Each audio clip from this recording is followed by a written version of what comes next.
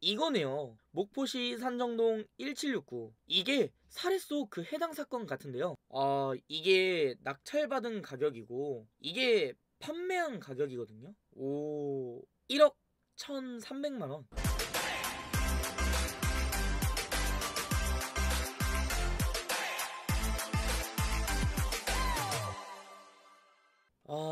지방이고 주변에 뭐 없는 것 같은데 이거 사도 돈은 되나?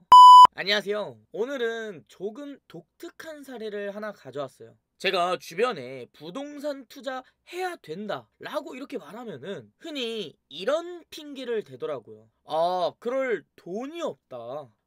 그럴 시간이 없다. 여러분도 그런 생각 들었나요? 그런데 이게 다 핑계라는 겁니다. 물론 사람들마다 그 각각의 사정이라는 게 있겠죠. 그런데 사실 그게 아니라 이 방법을 몰라서 그런 거예요. 오늘 내용 한번 딱 들어보시고 이런 방법이라면 나도 가능하지 않을까? 라는 생각이 든다면 꼭 시작해보세요. 자, 오늘 찾은 물건은 저희 집에서도 꽤 먼 거리에 있는 엄청 오래된 나홀로 아파트입니다. 그럼 볼게요.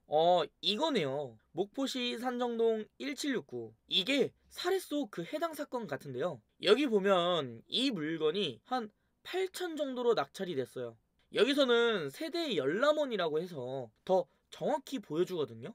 그래서 보니까 딱 첫 줄에 나오죠? 아까 유땡땡씨가 바로 소유주였다. 이거 딱 발견했어요. 그럼 아무리 이게 공매라고 해도 이런 물건은 사실 명도가 쉬워요. 그럼 정리해보면은 그냥 팔면 8천 후반, 수리하고 팔면 1억 초반 요 정도는 받는다 라고 예상할 수 있게 된 거죠. 그래서 이 물건 얼마에 팔렸는지 한번 볼게요. 여기 이 낙찰자분 이 물건을 얼마에 팔았냐면 여기 보면 아까 이 호수 3층이었죠? 여기 이 거래 내역입니다. 얼마죠?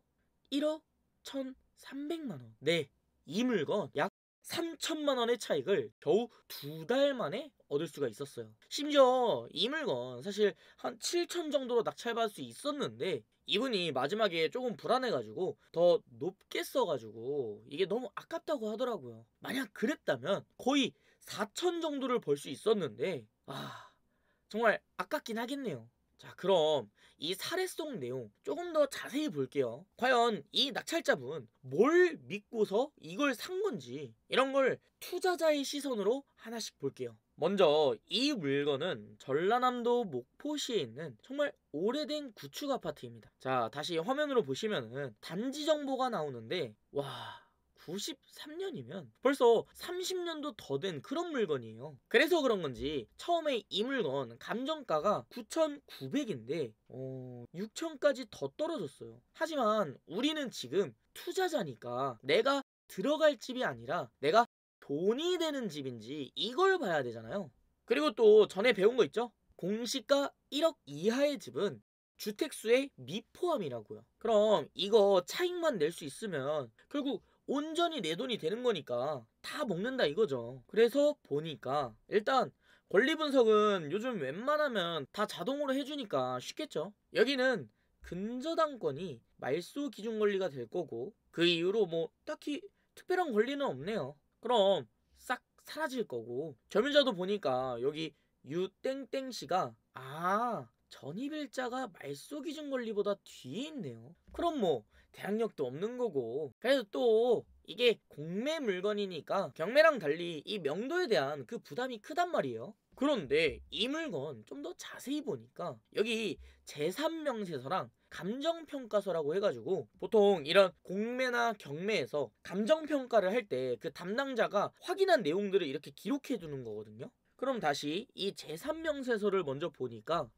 여기 딱 통화한 결과라고 하면서 소유주의 그 가족이 거주 중이라고 딱 써있네요. 그러니까 가족이 살고 있는 집이다. 그럼 아무리 이게 공매라고 해도 이런 물건은 사실 명도가 쉬워요. 왜냐면 이 채무자의 가족이 거주하는 거라서 결국 이거 명도될 거 뻔히 알 텐데 괜히 나 때문에 가족들한테 뭔가 걱정 끼치고 문제가 생길까봐 이게 불안하잖아요. 그래서 이런 건 더 쉽게 합의가 됩니다. 그래서 이 명도 자체는 전혀 어렵지 않아 보여요. 그럼 이제 진짜로 중요한 게 결국 돈이 되냐, 이걸 이제는 봐야겠죠. 그럼 제가 이렇게 가치 판단할 때 가장 중요하게 보는 거 두 개가 있다고 했어요. 뭐였죠? 지금 얼마에 팔리냐, 그리고 지금 얼마나 팔리냐, 이걸 볼 겁니다. 결국 얼마에 언제쯤 팔릴 것인가, 이것만 알면은 사실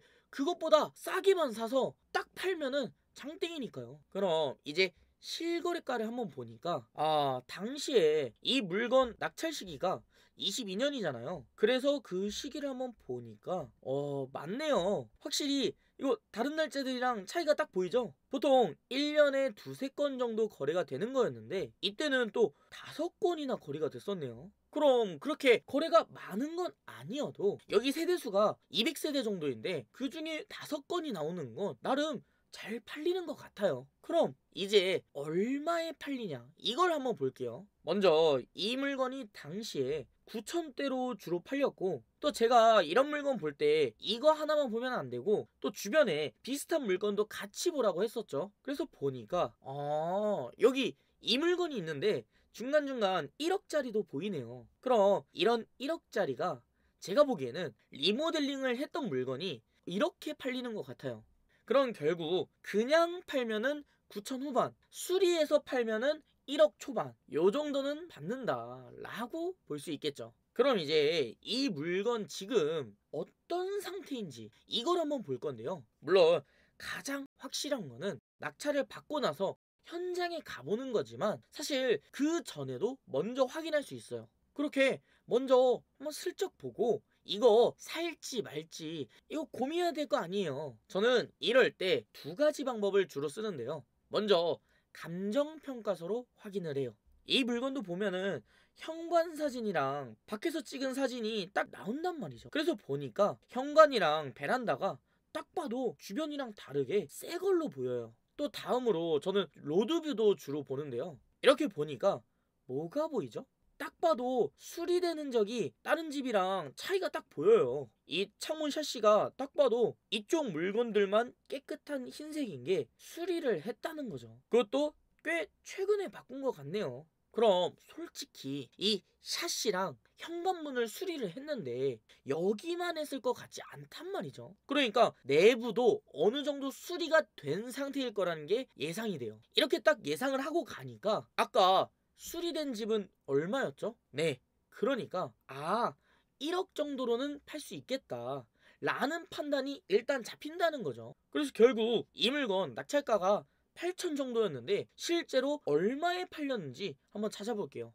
역시나 여기 보면은 아까 이 호수가 3층이었잖아요. 여기 딱 3층이 거래된대요. 나오네요. 얼마죠? 1억 1,300만원. 네, 이 물건 약 3천만 원의 차익을 낼 수 있었어요. 그것도 겨우 2달 만에 말이죠. 심지어 이 낙찰자분이 이 물건 한 7천 정도로 낙찰하려다가 마지막에 조금 찝찝해가지고 이걸 8천으로 다시 썼대요. 와, 진짜 너무 아깝죠. 그랬으면은 거의 4천을 더 버는 건데 진짜 아깝다. 그죠? 그럼 이게 또 궁금할 겁니다. 아니, 그런 물건인데 왜 안 팔리고 이렇게 계속 유찰이 된 거냐 라는 생각이 들 겁니다. 그런데 사실 오늘 제가 이렇게 알려드린 내용 진짜 별거 없는 것 같잖아요. 그런데 그 안에 정말 소중한 그 노하우들이 숨어 있었어요. 간단하게 아까 이 물건 공매로 나왔다 했는데 이 공매 자체가 일반 사람들이 별로 안 봐요. 그리고 또 이 물건 위치조차도 전라남도 목포시니까 엄청 멀거든요. 심지어 30년도 더 된 구축, 거기에 더해서 300세대도 안 되는 나홀로 아파트? 와, 웬만한 사람들은 쳐다도 안 보겠죠. 이것만 따져도 경쟁률이 확 떨어지는 그런 물건이 될 겁니다. 그런데 거기에 더해서 이 공매는 아까 명도가 부담된다고 했어요. 왜냐하면 경매랑은 다르게 인도 명령 제도라는 게 없으니까 명도 소송을 통해 가지고 강제 집행을 하는 거거든요. 그러다 보니까 이 점유자가 있다라는 것만 봐도 사람들이 그냥 피하려고 합니다. 물론 뭐 다른 이유들도 있겠지만 대부분 이런 이유들로 인해서 사람들이 지나쳐버리고 유찰이 된다는 거죠. 자, 그런데 이제 진짜 중요한 이야기 하나 할 겁니다. 집중해주세요. 지금 사람들이 요즘 관심이 정말 많은 게 온라인으로 돈을 버는 거잖아요. 그런데 부동산 투자는 임장도 가야 하고 입찰도 하러 가야 하고 뭐 명도도 하러 가야 하고 이런 뭐 여기저기 돌아다닐 게 많아 보여가지고 진짜 이게 부담이 컸거든요. 사실 저도 직장인이었다 보니까 이런 거 할 시간이 너무 부족했거든요. 그래서 알아보니까 요즘은 전부 온라인으로 대체할 수 있더라고요. 심지어 이걸 하나씩 적용해 봤더니 오히려 수익률도 더 높아지고 기회도 더 많아지더라고요. 너무 좋지 않아요? 일단 임장 갈 필요도 없죠. 입찰도 안 가도 되죠. 명도부터 계약까지 전부 온라인으로만 했어요. 무엇보다 중요한 건 지금 3천만 원이라는 돈을 벌었잖아요. 이 물건도 보면은 전라남도 목포시에 있는 건데 저희 집에서도 사실상 거의 한 4시간 반 정도 그거보다 더 걸리는 곳이거든요. 그걸 그냥 집이나 근처 카페에서 이런 폰 하나로도 해결할 수 있다는 거죠. 그러니까 이제 거리가 멀거나 직접 가는 게 이게 부담이라는 거는 다 핑계라는 겁니다. 즉 누구나 할 수 있다. 그래서 아까 이 물건도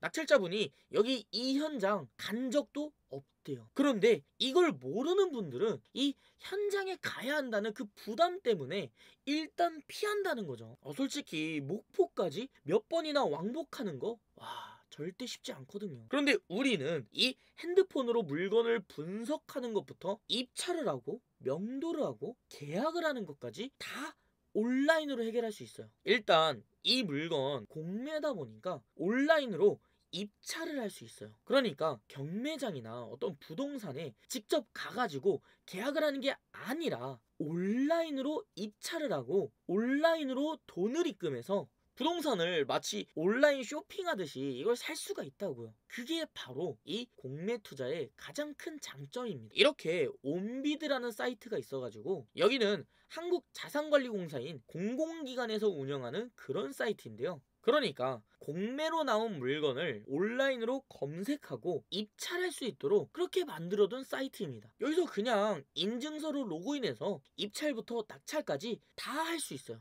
그럼 또 이 부동산 투자가 그냥 구매만 해서 끝나는 게 아니잖아요. 결국 이 점유자도 명도도 해야 되고 뭐 세입자나 매수자와 거래까지 해야지 결국 돈을 버는 게 이 부동산 투자란 말이죠. 그럼 이건 어떻게 한 걸까요? 자, 진짜 집중하세요. 정말 중요한 꿀팁 알려드릴 겁니다. 이 물건이요. 낙찰 받자마자 뭐부터 했냐면 관리사무소에 전화를 했어요. 그리고 소장님하고 이렇게 이야기했습니다.